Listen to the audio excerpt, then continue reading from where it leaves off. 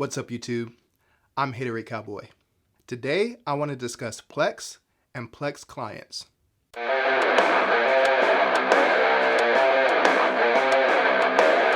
So many of you know that I am a huge advocate of PLEX, but PLEX clients are different from the PLEX server. So you have your PLEX server, which dishes out all the media, whether it be video, audio, or both, throughout your house on your own network. But PLEX clients are the streaming devices that you use to actually watch that content coming from your computer. And in this video, I want to discuss which PLEX client is the best for your home theater viewing experience. So as a fellow home theater enthusiast, like many of you out there that have your own home theater or a cinema room or game room or man cave, whatever title that you give it, most of us want the best audio and video possible.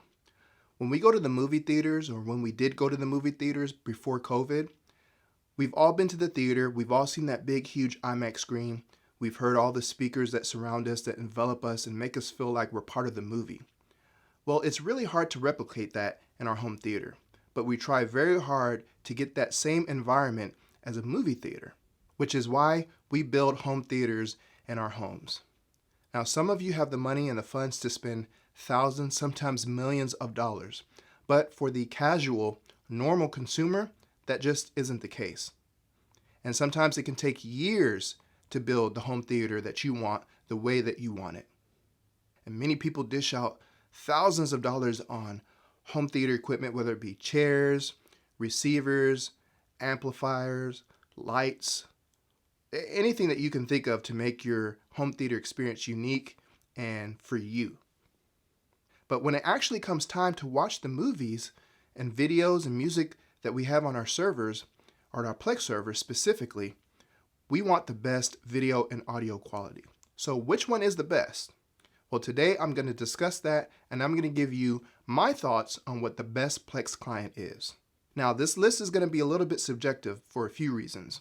One, I don't have every streaming player available. I just don't have them all. I don't need them all. So if I miss a streaming player that maybe you have or that you're using with your PLEX server, forgive me, let me know in the comments what you think. So the streaming devices that I'm going to be using today are going to be an Xbox Series X, an Oppo BDP 203 4K Blu-ray player, an Apple TV 4K, an NVIDIA Shield TV, a Roku Ultra, PLEX Media Player for PCs and Macs, and one honorary mention. So stay tuned to the end of the video to find out what that is. All right, so let's get into my thoughts on which PLEX client is the best for home theater and PLEX. Some of you may not know that there is a Windows desktop app specifically made for HTPCs or home theater PCs. It is called PLEX Media Player, and it can be found on PLEX's download page. This app can be used on laptops or desktop PCs, as well as Mac, desktop, or laptops, and I've used it on both. Now, I don't use my PCs as a home theater PC anymore. I did years ago when I built my first computer, and the PLEX Media Player app is actually really nice. The UI is super fast, and it allows you to use a mouse and a keyboard. You can even disable the mouse functionality if you desire, and just use the controls on the keyboard. However, I don't recommend doing this. The best experience, in my opinion, is using both keyboard and mouse. The control system is pretty much the same on other PLEX devices, where hitting the up or down arrow will bring up options during the movie. Now, obviously a lot depends on the capabilities of your computer or laptop, so I'm not sure how much RAM or processor speed is required for PLEX Media Player. But if you have a beefy computer that you want to use as a client and hook up directly to your TV or projector, you will love the PLEX Media Player app. I just love how fast the UI is, and using a keyboard and mouse feels really natural. And another great thing about using your computer as a HTPC is that you can even use PLEX Media Player on the same machine that your PLEX server is on.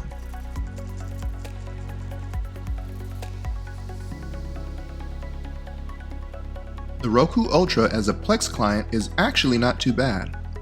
Navigating around the interface is pretty quick. Now, I've never been a huge Roku fan, and this is mainly because I didn't like the actual interface of the Roku. and I always felt like they were a bit sluggish. But the Roku Ultra has better processors than their predecessors. And one thing I am happy that Plex has done is they've pushed out an update that allows you to select the content layout of the appearance for the Plex app.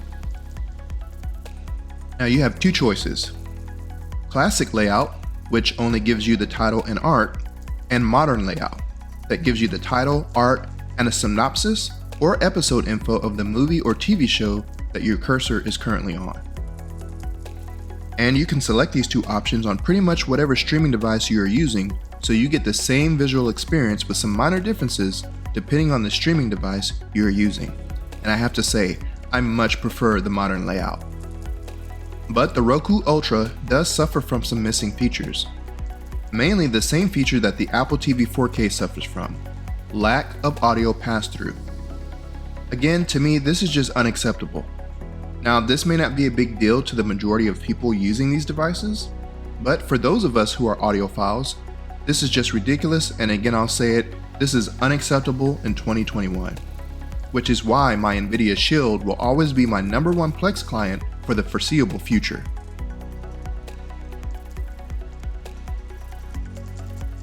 The Apple TV is kind of a mixed bag for me. Now, don't get me wrong, the Apple TV is a great device with an absolutely beautiful interface all around. So, why is it a mixed bag for me? I'll save that gripe for last. The Plex app for Apple TV pretty much sets the visual standard for all Plex clients. If you have your settings right, the Apple TV will automatically match dynamic range and frame rate. This is important to get the best visual experience when watching HDR and Dolby Vision content. Which brings me to my next point: HDR and Dolby Vision. The Dolby Vision on Apple TV might be the best implementation I have seen so far. And to my surprise, the Plex app supports Dolby Vision. Logging into my HD Fury Diva while playing Godzilla vs. Kong, it tells me that the Diva is being sent Dolby Vision and is outputting HDR10. The Plex app also supports HDR10, and this looks great as well. One feature I really love is the Watch Together feature. This feature allows you to invite friends to watch a movie together in real time and in sync. Granted, this feature isn't perfect. There are some occasional minor glitches, but the Watch Together feature on Apple TV has been the most stable experience on any streaming device that I have used that supports the feature. Now, I'm not a huge fan of the controls for the Plex app. In order to bring up the controls, I have to hit the down arrow on my Harmony remote. This just doesn't feel natural when pretty much every other streaming device uses the up arrow to bring up the controls. Alright, so let's go back to why the Apple TV is a mixed bag for me: the audio. For some reason, Apple refuses to allow audio pass-through for Dolby Atmos and DTS-X on local content.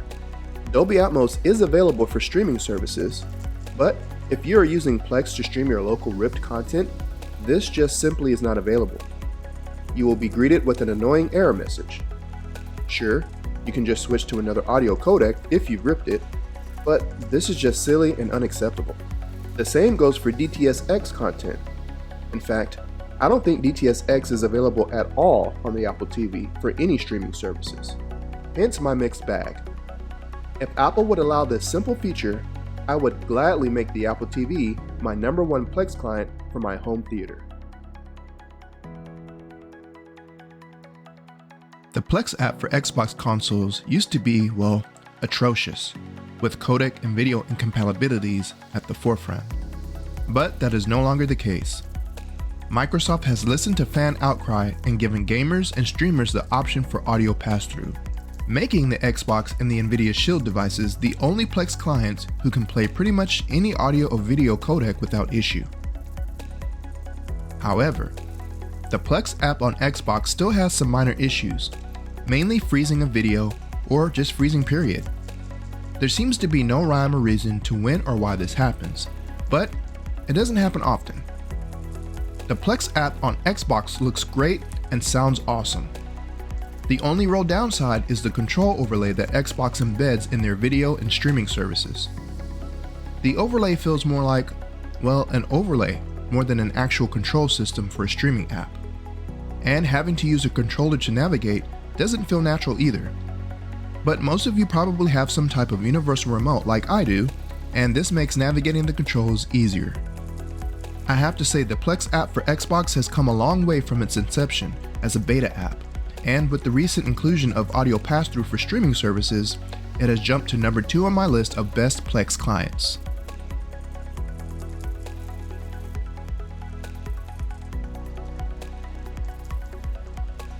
The NVIDIA Shield has been a fan favorite amongst home theater enthusiasts for the ultimate PLEX client pretty much since its inception. The reason for this is simple. It can play pretty much anything you throw at it. And it's extremely customizable. It's basically a little computer.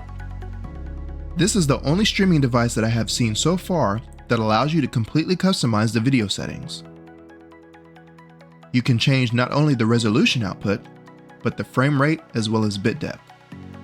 No other PLEX client or streaming device allows you to do this. This allows you to really dial in the audio and video settings to meet your needs. It also gives you the option to automatically match content and color space. Perhaps you don't rip your movies 1:1, or perhaps you don't have any 4K content and only use 1080p. You can change the video settings to reflect this. And of course, the Shield also natively supports audio pass-through. So, your Dolby Atmos and DTS-X tracks will play back flawlessly. However, I am not sure that it supports Auro 3D for the small amount of consumers who actually have that content in their PLEX library. Now, I don't have the latest Shield TV from 2019 that supports Dolby Vision and the AI optimizer. I bought mine in February of 2017, and this thing has not slowed down.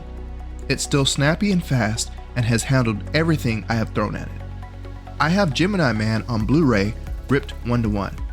Actually, it's 4K, but nonetheless, this movie was shot in 60 FPS. The Shield plays it back without a hitch. Every other PLEX client I have tried to play this file with has struggled greatly with the video by lagging and stuttering. But not the Shield. Quite frankly, in my opinion, the NVIDIA Shield TV is going to give you the best experience for a PLEX client for those of you that want the best audio and video without any issues playing back your uncompressed audio and video codecs.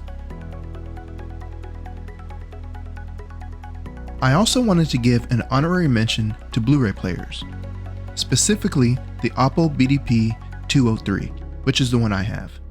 You may have a different model. The Oppo BDP 203, while it doesn't have any native streaming apps on the actual player, it does support DLNA. DLNA stands for Digital Living Network Alliance.